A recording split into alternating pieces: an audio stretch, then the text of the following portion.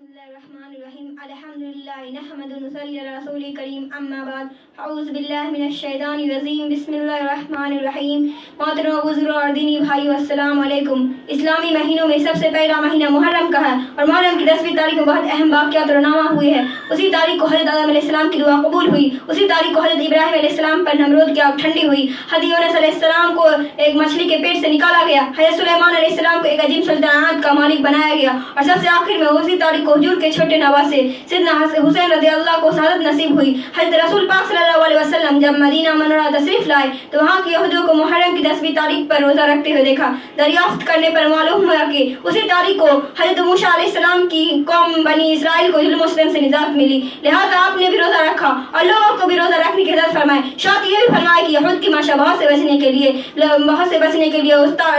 ایک روزہ یا تو 9 تاریخ کو یا پھر 11 تاریخ کو اور بھی رکھیں گے۔ اس لحاظ سے محرم کی 9، 10 یا 11 تاریخ کو روزہ رکھنے کا اہتمام کرنا چاہیے، لیکن نہایت افسوس کا مقام یہ ہے کہ آج بھی پوری تاریخ کو سامنے رکھنے کے بجائے صرف باقی کربلا کو جانتے ہیں۔ اس موقع پر نوحہ ماتم گانا بجانا اور تازہ دار کچھ منحوس کھانے کو پکانے کو ہی محرم کی تاریخ یادگار کے طور پر مناتے ہیں اور باقی باتوں کو بھول جاتے ہیں۔ سیدنا امام حسین رضی اللہ کی شہادت کا واقعہ ہم کو ایک اہم پیغام دیتا ہے کہ ہم کسی بھی حال میں ہو اپنے حق اور صداقت پر قائم رہے، مشعل ہر وسطہ غمت سے کام لے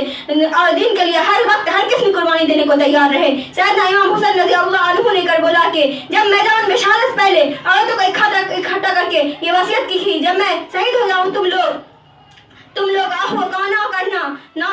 کسینوں کو بھی نہ کرنا، نالے فریاد کرنا، صبر کرنا، بے شک اللہ تعالیٰ صبر کرنے والے کو ساتھ ہے۔